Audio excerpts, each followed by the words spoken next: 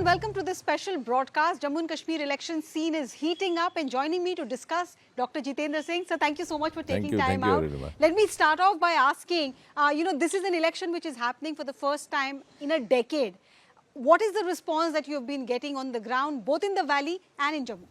Yeah, thank you very much, Arima, for getting me on this show. Of course, before I come to that and picking up a cue from what you said, that this is an election happening for the first time after 10 years, I think there are many first times to this election. For example, this is the first time that an election is being held to elect a 5-year term assembly after almost half a century, because this assembly had been converted into 6-year term way back during the emergency, and that was also by default, and that again reflects what I have been very often retreating, the misuse of Article 370 by the protagonists of 370, because during emergency Mrs. Gandhi brought in that infamous amendment 42nd, 43rd, as a result of which the assembly terms were increased to 6 years, because she possibly needed another 1 year to prepare for the polls. But when the government changed in 1977, Mr. Morarji Desai became the Prime Minister, it was reverted back. So first time the National Conference, the then National Conference government headed by Sheikh Abdullah, was quick to adopt that law, because though 370 gives them the prerogative to decide which law to adopt or not. But second time when it was reversed back, they used the alibi of 370, which is something a lesser reported fact. So that is also first time. Then the first time then you are going to have a free, fair polling. I mean, I think at least for more than 3 decades there's been polling for only polling of 8-10%, and they would get the legislators elected, the parliament, the MPs elected and form their governments, and that would facilitate the dynasty rule generation after generation. For the first time also we have so many candidates jumping into the fray. Otherwise it used to be a very confined affair. There would be a hartal call from Islamabad, shutters would be shut in Lal Chowk. So under the shadow of fear, the elections would take place. It was like a curfew. It would be a curfew-like situation, particularly in the valley. Very few people would come to vote. The vote could also be managed and manipulated, and there were very few who would get elected. In fact, in the early decades in Jammu and Kashmir, it was a famous adage in the 50s and 60s.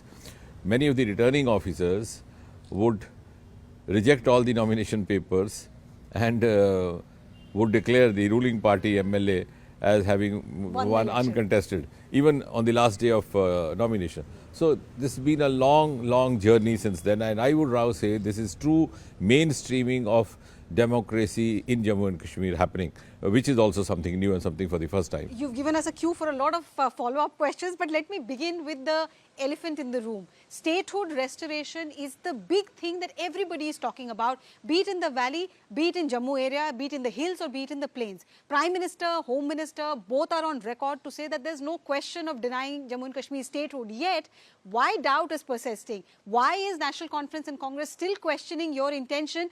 Because of the kind of executive orders that have come in, the appointment of the DGP, the LG getting more power, they are still, in a doubt whether we'll see a Delhi-like situation in Jammu and Kashmir, UT with an assembly. No, as you rightly said, once the Prime Minister has said that the statehood would be restored, which he did, of course, in the rally at Doda yesterday. He also did so when he addressed a massive rally in Srinagar at Bakshi Stadium about 6 months back. And of course, Home Minister has been repeatedly reiterating it on the floor of the Parliament. But in spite of that, if they say so, they are in fact trying to manufacture a narrative as if, so that, because they know for sure that the statehood is going to happen. So they are trying to manufacture a narrative so that they can then claim that, look here, we put the pressure on the government, so we got it. I mean, it's a very old trick among the politicians. But as I said the other day, some of these politicians are still trying the tricks of the last election, but the voter has moved on.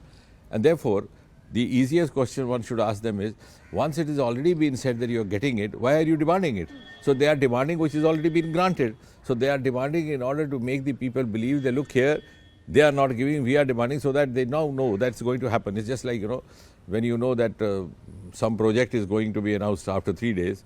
So like a smart politician, I would say, I am demanding this because I know the order is in offing. So it's like that, but I don't think these tricks sell nowadays. So Jammu and Kashmir Chief Minister, whoever is elected in this assembly election, will have the same power that a Chief Minister in Rajasthan, Punjab, Bengal has? Of course, why not? In fact, he would rather mentally, physically, functionally feel like and behave like more as any other chief minister, because prior to this, under the garb of 370, there was some kind of a semblance or some pretension of a special status, etc., which made him look apart. So he would rather look as one of the many other chief ministers. But 370 is also an important issue, but do you find there is resonance of the issue on the ground? There are some parties which are saying we'll keep this issue alive, but is the voter really concerned? No, absolutely not. Absolutely not. 370 is no longer an issue. And if I was saying the other day, if you conduct a survey, a public survey, not in Jammu, let it be in Srinagar, in the heart of Valley, and you ask the common man walking the streets and lanes of Srinagar, he would also not like to have 370. He may not say so for reasons of fear, etc. There, but if you ask him privately, because 370 was a great barrier to the opportunities available to the citizen, great barrier to the advantages rolled out from the central government, great barrier even to the financial grants. Now look here, for example, the local bodies, as far as the local bodies are concerned, the panchis and sarpanchis did not get the central grant to which they are entitled under 73-74 amendment of the Panchayati Raj Act, which was brought in again by the Rajiv Gandhi government, but the same party here did not implement it. So the grants coming would go to the treasury of the chief minister. Now they are available to the panchis, sarpanchis. They are the district councils have now been constituted. They are getting directly central grants, almost as much of the constituency fund as the member of parliament. So whose benefit was 370 doing? Similarly, not giving daughters of Jammu and Kashmir the right to the property of their parents if she chooses to have a spouse outside Jammu and Kashmir. So how was it benefiting? I mean, in today's age and time, it was not only unjust, it was also inhuman. You were depriving your daughters because you wanted to grab their property. You were depriving a section of population of the voting rights. So who wants 370? It was only they were the beneficiary. That's why I said the paradox here has been that the greatest vociferous votaries were themselves the beneficiaries. That's why they are crying hue and cry over this. But it's not going to sell in public. So if 370 is history, if special status is done and dusted, then the Jammu and Kashmir voter will ask you the same question that the rest of the country voters ask, which is about electricity, which is about roads, which is about infrastructure, employment. So in this background, and as I'm speaking, the electoral helicopters are roving about it. We'll just give it a minute so that the audio is better. I think this is the festival of democracy, and the helicopters add to that festivity. Yes, so we'll give the helicopter a moment before we get the audio right. Sure. Because it's a campaign season, I'm sure one of us is moving I was just asking you, the questions that the Jammu and Kashmir voter will now have is same as the voters ask in rest of India, which is about what happens to my electricity bill, what happens to my water bill, where is the employment opportunity for my kids. In this backdrop, is there a risk of anti-incumbency for BJP? You are in power as the LG is appointed by the centre.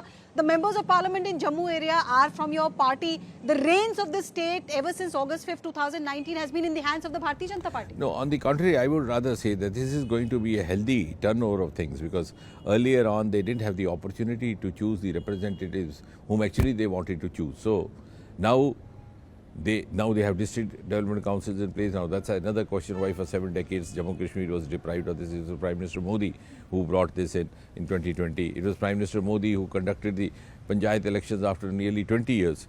So when you have a multi-tier democratic system, all these issues get addressed, and rightly so. And if the people have the expectation, I think that's a part of the healthy democratic outlet happening. That's why I say now Jammu and Kashmir, including Kashmir Valley, is actually witnessing a resurgence of democratic aspirations. People have an opportunity to express their aspirations both as voters as well as the election seekers.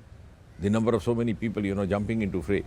And that also is related to the redressal of their issues, which were not happening because there was a huge gap.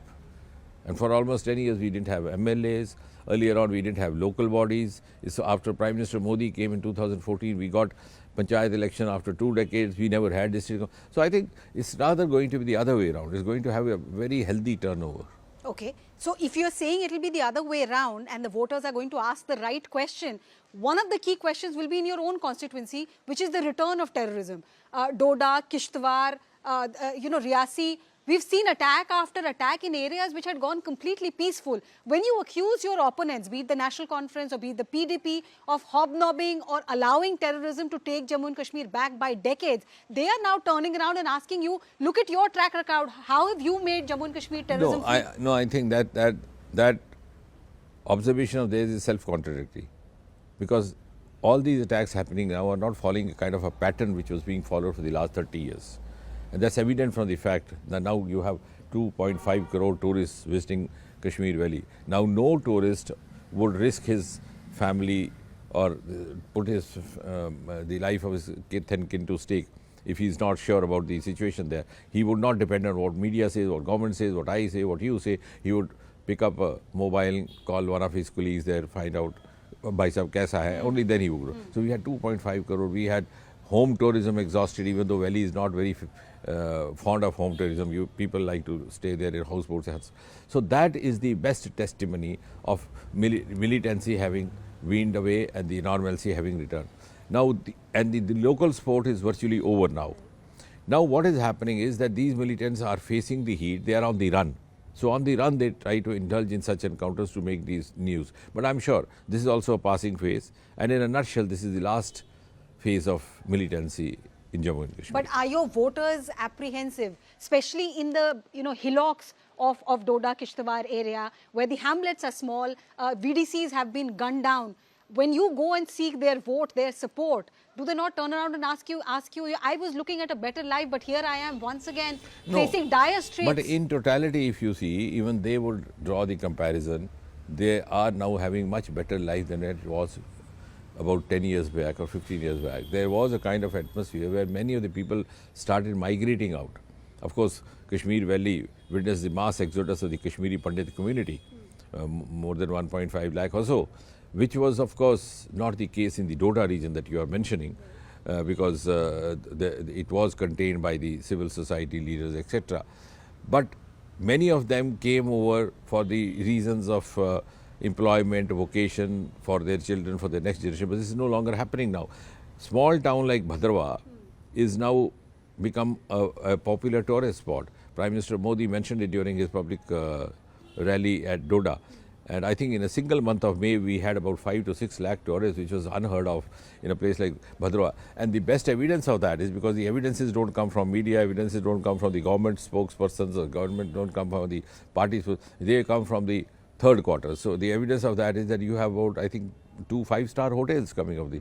So they would take interest in such things only when they see that something is happening in a better way. So people, they are much more reassured now as compared to what they were before. And the agri startup, the lavender cultivation, the aroma mission, the purple revolution, which Prime Minister Modi mentioned even in the Doda public rally, which he mentioned in the Man Ki Baat, has also taken birth from the district of Doda, Bhadrawa. So had it been so much of gun psychosis, then all that would not have happened. So I think now it's blooming again. And these sporadic incidents, even the natives there, because they have now understood the nuances of militancy, having lived with it for so many years, they understand that these are sporadic incidents being triggered by the militants on the run. And there's no local sport. And the VDGs under this government, this gives me an opportunity to point out, have been further strengthened with the more modern guns, the self-loading rifles, etc., which was not there. The earlier government had given them 303, just imagine, at this age and times. So that way, it's been quite a different scenario altogether. So you are confident that the next Chief Minister of Jammu and Kashmir will be from the Bharatiya Janata Party? Yes, we are actually fighting the election for that. But will it be on your own, or will you need, because there's a lot of speculation as to why Jamaat is suddenly back in the electoral fray. So many independents fighting the election in Kashmir Valley. National Conference is trying to paint it as a larger quote-unquote game plan. No, actually when National Conference and Congress says that, it gives me a certain amount of sadist pleasure. Why? Because such statements are made from a position of weakness, not from a position of strength. When you are looking at a defeat written on the wall, then you start cooking up excuses, explanations for the day of reckoning. You start saying, look here, BJP has put in proxy candidates, they put in independents, they put in. But I would rather put it the other way. What's wrong in that? That's an indication of a healthy democracy. The more the merrier. But Jamaat carries The a more baggage, the more the merrier is the sense of the festival of democracy, because gone are those times when people were scared even of filing their nominations in the valley. Now they are coming in huge numbers. So suddenly I said there's a resurgence of aspiration both of the voter as well as the persons seeking the vote. But like I said, Jamaat carries a baggage. Jamaat is not officially contesting, but if you say it's certain independent has some kind of a belief, I think that's something which can't be hardly be substantiated. But you can't debar an independent.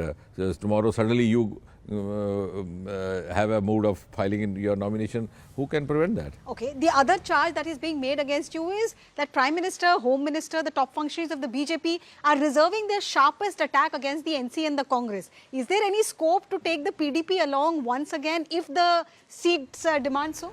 No, we are confident we'll be there on our own, and Bharatiya Janata Party, even whenever it has come into an alliance with another party, it has not compromised its ideology. And again, as I said about in the context of the 5-year term, 6-year term, which is not much highlighted in the media, another fact which is not much highlighted, which for whatever reasons, is that I think in the history of independent India, there's been only one single instance when we walked out of a coalition. PDP didn't push us up. The Chief Minister was very comfortable because she was there in the seat of power with our support, and there was no vote of confidence, there was no public pressure, there was no protest, but we simply walked out because our leadership decided that, look here, the objectives, the purpose, the motive with which we had entered into an alliance to serve the people of Jammu and Kashmir, of course without compromising our ideological bottom lines, are not being adhered to, and therefore we took an ideological stand. So I think whenever we enter into, that's a difference between the Congress party and the Bharatiya Janata Party. So decisions are not taken in haste, and the decision making within the party is as democratic as the functioning of the party outside. So that way it is quite different. So am I speaking to the next Chief Minister of Jammu and Oh, Kashmir? absolutely not. Absolutely not. That's not the case at all. You're ruling yourself out completely? Oh, absolutely. There is no question like that. Bharatiya Janata Party is a party of Karyakartas. All of us are equal. Our responsibility is changed. There is no sense of entitlement. And that's why you see whenever there is an election, whether it's a local body election, it's a parliament election or the assembly election, everybody jumps into the fray. So it's like a family moving in. So each one of us is a Karyakarta, discharging the responsibility given to each one of us, and there is no sense of entitlement that since you have been here today, tomorrow you'll be. That is in Congress party, where you have family-centric party, so you keep the father in good humor or the mother in good humor. If not, then the son in good humor. Here it doesn't work. Dr. Jitendra Singh, thank you so much for sharing your thoughts. Dr. Jitendra Singh, Minister of State for Prime Minister's Office, one of the key planners for the Bharatiya Janata Party's election game plan for Jammu and Kashmir, sharing his thoughts on what he thinks is in store for the Union Territory, which as per him is all set to get back its statehood.